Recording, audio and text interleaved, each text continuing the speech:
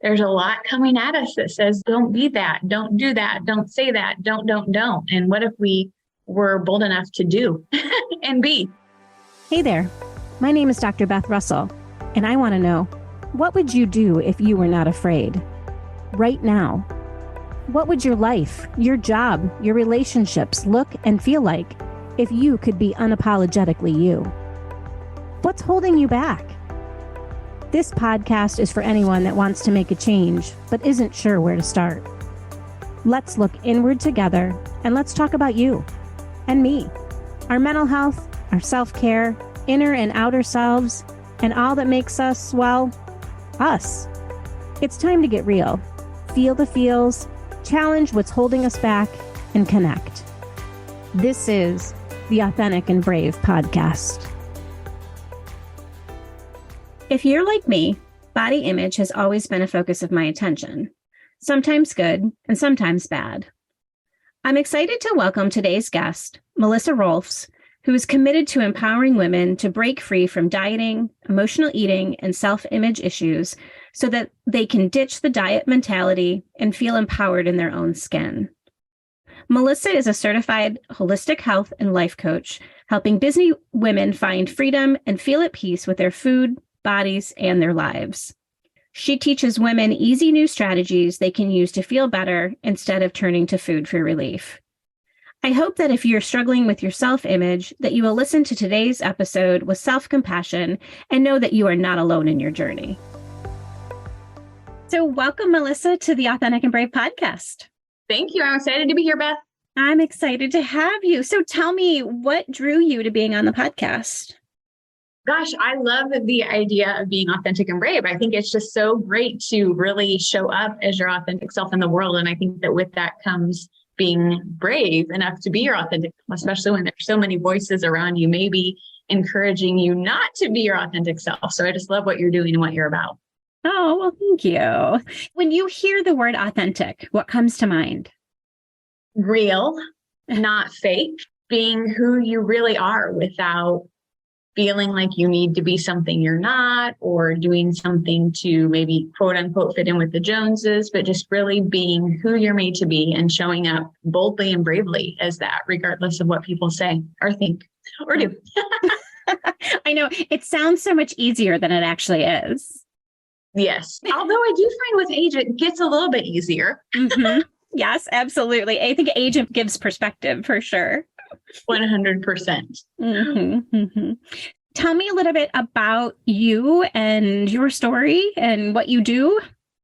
Yeah, absolutely. So I'm a wife and I'm a mom. Gosh, that was a mouthful. We've got a 14-year-old and a 12-year-old, and I'm a holistic health and life coach, and I help women and teens find freedom and feel at peace with food, their bodies, and their lives, because so much of my life was not being my authentic self and trying to show up as somebody that I wasn't because I didn't feel like I was enough, or I wasn't accepted, or I didn't fit in, or I didn't belong. And so I think a lot of that led to me showing up that way, but then really feeling a lot of shame and guilt and judgment around that. And so I would stuff those feelings with food and sugar and really didn't know how to find freedom from that. I thought it was, maybe through a diet or a meal plan or this or that. But the root of the issue was I wasn't really being who I was called to be. And so once I did that, the food disappeared because I had dealt with the heart of the matter. So all that to say, I'm helping that coach help women find freedom and peace and really be who they are authentically, because there's a lot coming at us that says, don't be that, don't do that, don't say that, don't. And what if we were bold enough to do and be? Mm-hmm. Yeah. There's so much in that I want to unpack a little bit. Yeah, go for it. In terms of, body image, food, these are all such issues, I think, for both men and women. But, today we're talking more about women, but that is so complicated for so many. Yeah. And, it's interesting because, so many people, the whole diet industry, $1 billion plus industry focuses on, losing weight or becoming smaller. And it's interesting because what you said was I had to become bigger, like metaphorically, symbolically, be who I am to then be okay in my body. And that's what drives me bananas about the diet industry, Beth, is it's very much about shrinking and you're not enough or you're not going to be happy and confident until you look a certain way or you're a certain size. And the fact of the matter is not everybody has the same body type. So that's not even realistic. And it just is really degrading to women, in my opinion, to tell them you need to shrink to become enough. Mm-hmm. Yeah. Yeah. Where does someone even begin to start to look at who they are and in order to not shrink?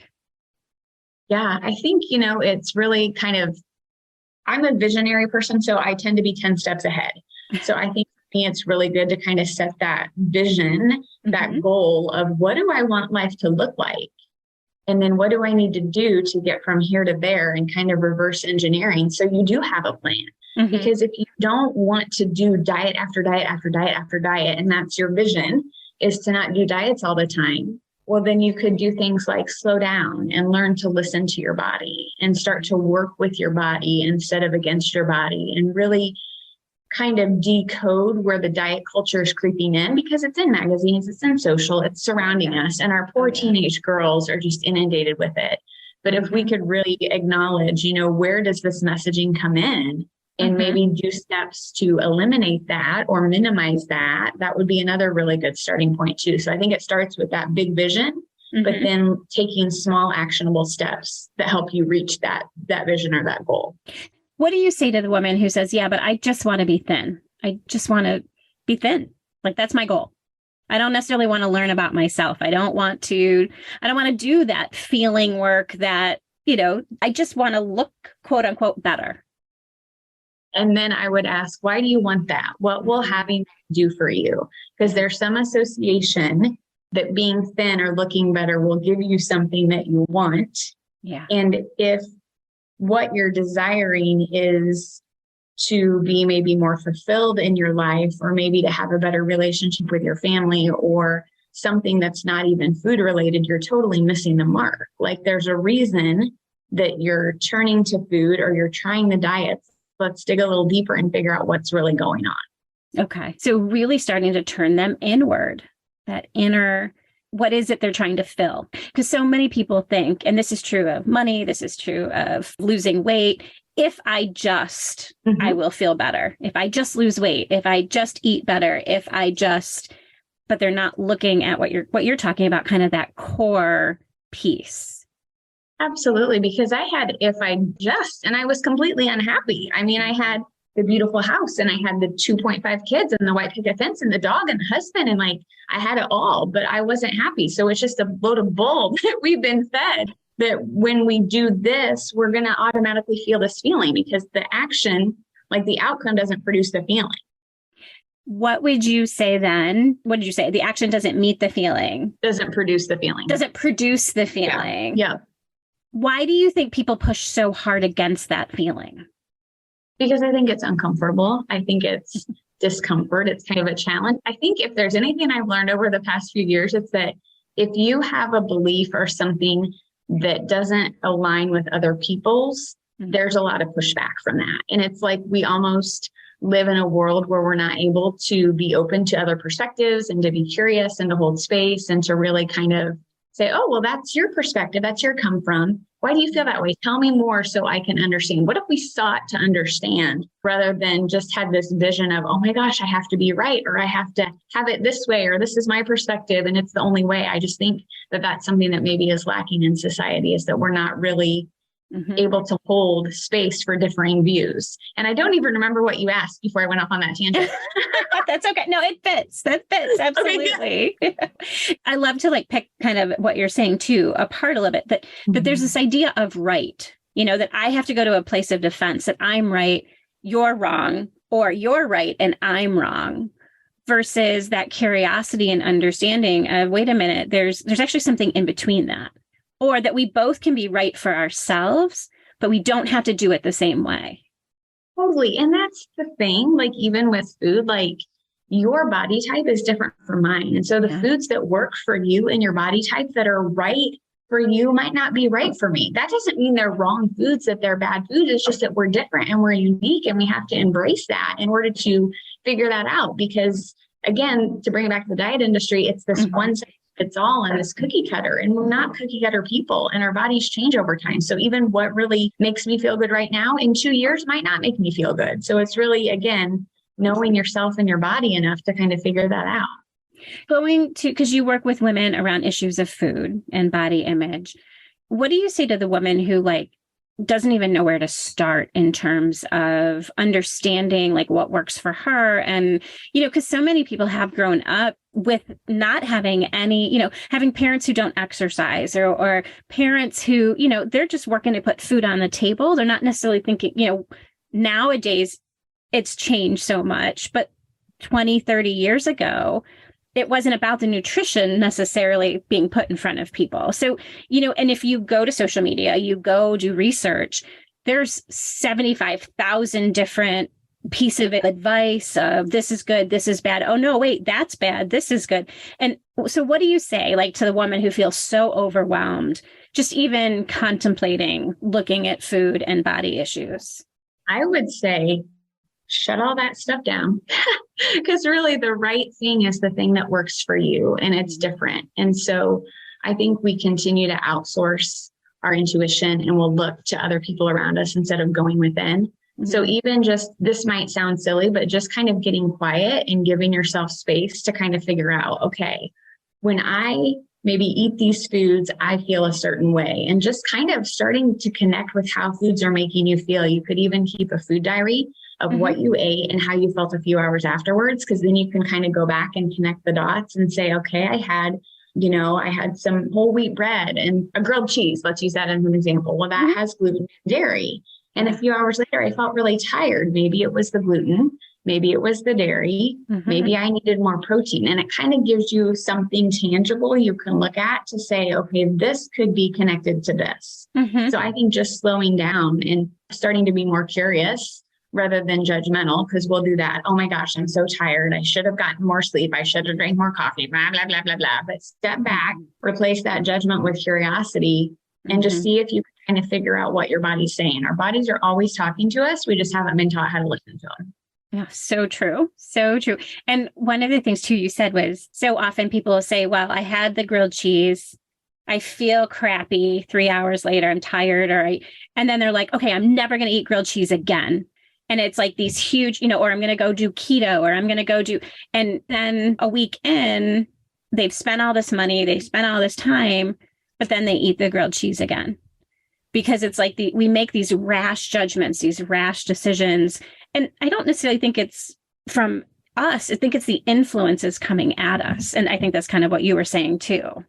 Totally. And I think too, where the mind goes, the man follows. So if you continue to tell yourself you can't have something, you're going to want it all the more. And then you're going to have a moment where you're like, oh, I've been really good, I'm going to be naughty. And then we think that we need a reward, or that, it's actually a form of sabotage. I've been really good, I need something bad. So it's just interesting how all of those things creep in and we don't even know it, right? Yeah, absolutely. And what you said, that I've been good, so I get a reward. Food is definitely, for many people, one of two things: a reward for being good, doing good, celebrations, and also cultural. That family, that when you get together, you eat. That's what you do. You're not necessarily doing activity. You come together and you eat. So what do you say to people that is, that they have that mindset that food's a reward? I guess I would say, what are you rewarding? And is there something else that you could find to reward yourself with? I know I struggle with this a lot with my kids. So it's kind of like, okay, so you did really well on your grades. And my first thought always that comes to mind, Beth, is, oh, we should get a cupcake. And then I'm like, wait, why would I want to do that? Am I teaching them that when they've done something well, they're going to get a treat? I don't necessarily want to cultivate that in them. So I think it's kind of stepping back and saying, what might be a more appropriate reward or gift for that action? And it's not that food is good or bad. I'm not saying that. It's just, I think it's how we relate to it and what we use it for. So one thing that I discovered is we have this really awesome juice place, and they have these smoothie bowls that my kids love. So that's like a really good reward because it's nourishing. It's got lots of immune boosting stuff. I feel like that's a better choice if I can teach them to kind of, if you're going to use food as a reward, go towards something that's going to nourish you and benefit you. but I don't do that as often. It's more like, let's, have a date together, or let's, buy you something from Amazon or a gift card or whatever. But I think we need to break that pattern, because I even did that potty training my kids. Oh, you went potty, let's have an M&M. Like it starts very young in childhood. Oh yeah. And a lot of the books say this is the way to do it. Like this is the way to behavior train, or this is how you get your kids to get good grades, is you reward them, and food is often one of the big rewards. And then it becomes the expectation. And so, so I think you're right, kind of changing that mindset and looking at, well, what are other ways if we need a reward to reward ourselves? And it's even, for like myself, I kind of have this list of like, okay, I could do a pedicure, or I could go for a hike, or like there are certain things that you can pull from that you're going to for nourishment instead of, the cupcakes or whatever the case may be. And also kind of going back to where we started, I mean, that idea that looking at what we're feeling, what's going on with us, not judging it, going, like you said, the place of curiosity as to, well, what is really going on with how I see myself, what I'm putting in my body at the end of the night, if I'm wanting to eat a lot, like what's going on? Are you really tired? Are you really zapped from the day? Are you, is it stress? What is it that's going on first before consuming? Totally. And that's such a good reframe, because it's not that food is good or bad. Food has no inherently good or bad value. Food is just food. But I think it's meaning and the association that we have with it. And I think that's where it gets tricky, because it's like you said, why am I reaching for this? Am I exhausted? Am I stressed? Have I not connected with people and I feel lonely, so I'm going to the ice cream? Like it's digging a little bit beneath the surface to find that why behind the why. It's so powerful. Can women do this work on their own, or do they need support and coaching and therapy? Like what's kind of your take on that? I think they can. I mean, I think it will probably take you longer, and it will probably be harder, just because we're meant to be in community and we're meant to be in support. And like, if I'm going on a tour of somewhere I've never been, I prefer to have a guide. I prefer to have a map. I prefer to have somebody that kind of can point out the areas instead of me trying to figure it out on my own. Yeah. And that's kind of what a coach and a therapist does. It's somebody to walk beside you, to guide you, to kind of get coaching specifically to get from where you are to where you want to be. So I think, you absolutely can do it on your own. But if you want to go further faster, I think that having support is wise. What do you suggest for a woman who's listening to this and is like, this piques her curiosity and she's interested in knowing more or going to find resources? What would you suggest a good place to start? Gosh, that's a good question. I think, a lot of it with food is sometimes there can be past trauma and past hurts and things that people need to work through. And that's why I'm such a big proponent of therapy and coaching, because I think that therapy primarily focuses on the past, healing from that and working through that. And coaching looks at where people are and helps them go from where they are to where they want to be. So if you've had therapy and you work through your past, you're so much better positioned to go where you want to be. So I think that looking into therapy and coaching with a certified coach, I feel like I need to disclaim that, because a lot of people promote themselves as health coaches and they have no certification. They're selling another diet product, but really finding somebody who's certified in that habit change, the mindset work, and can really help you change your habits would be a great starting place. So therapy, coaching, bada boom, bada bing. Love it.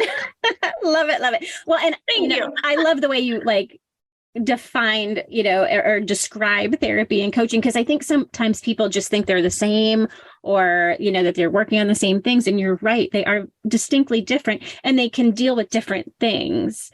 And coaching often is an action-based plan, that takes into consideration all the work you've done in therapy and things like that. But it's really about movement and making changes and working with someone like yourself. And I am totally in agreement on having someone who has certification. It's one thing when people have gone through their own experience and they use that. That's absolutely fine. But the training that you receive is imperative to get people the outcome that they want. 100%. Because I could have, done this on my own and not get any certification. And then my response to you, Beth, would be do exactly what I did. But the fact is, you're not me. You have a different come from, you have different experiences. So it would be really disturbing you to tell you to do exactly what I did to get the same result. And then for you to probably not get the same result because we're different. And then that, I think, would lead you to maybe feel like, oh my gosh, I'm a failure. There's something wrong with me. And that shame spiral starts. And the fact of the matter is there's nothing wrong with you. It was the person wasn't certified and trained to walk beside you in the way that you needed. And perpetuates what we talked about earlier of this idea that there's a one size fits all. Well, here, I did it this way, so now you do it this way. And when someone can't or it doesn't fit, then the feelings of failure, see one more thing that failed, I can't do this, I'm always going to, and it goes on and on and on of how they kind of, are negative and mean to themselves. Yeah. So I agree. I think that certification and it's okay to ask a coach, what is your certification? Please do. Please do. I think that's, something that gets my goat about the coaching industry is there's a lot of work that needs to be done in that area, but please do ask the coach. You have every right as a potential client to ask them, what are your credentials? What are your certifications? And do some research on the school they went to. I mean, do your due diligence. Make sure that what they've learned aligns with you and your beliefs and your values. It's similar to make sure it's a good fit. I think that's a really wise thing to ask. Yeah. Our listeners, they're listening and they want to know more. How do I get more of you? So where can they find you? Yes, my website is free2coaching.com. So free2becoaching.com. I've got freebies there. I've got a little bit of my story. There's an opportunity if you want to do a Feel Good Without Food strategy session. There's lots of stuff there. And I think there also connects to my social platforms as well. So you can find me there as well. Wonderful. And I absolutely will connect on my website as well so people can find you. Thank you so much for coming on today. I really appreciate you taking the time and sharing a little bit of your expertise and what you do. Thank you for having me. It was awesome. And I do want to say, if I can, the client that I worked with that had the most phenomenal results is she had gone through therapy and she was doing therapy and coaching at the same time. And I think that just speaks to the value of the combination of the two. And many of my most successful clients, same thing. They've done therapy. And then when they're ready to kind of make the leap into more action, referring them to a coach and, a specific coach to their areas of what they want to work on has been really beneficial and great success as well. So I'm in agreement with you. Yeah. Well, thank you. It's a great, powerful partnership, I think, for a lot of people. Agreed. All right. Thank you so much. Thank you. Thank you so much for listening to the Authentic and Brave podcast. I want to remind our listeners that the content of this podcast is not a substitute for professional therapy or medical advice. The information shared in this podcast is for educational and entertainment purposes only. If you are experiencing mental health issue or any other medical concern, we strongly encourage you to seek help from a licensed professional. The National Alliance on Mental Illness, also called NAMI, helpline is a great resource and can be reached at 1-800-950-NAMI or 1-800-950-6264. Thanks so much for tuning into the Authentic and Brave podcast. If you want more, head over to the AuthenticandBravePodcast.com for show notes and sign up for the mailing list so you'll never miss an episode. If you're looking for inspiration, connection, and people like you and me, be sure to join my exclusive community on Facebook. The link's waiting for you at AuthenticandBravePodcast.com. This is Dr. Beth Russell signing off. See you next time.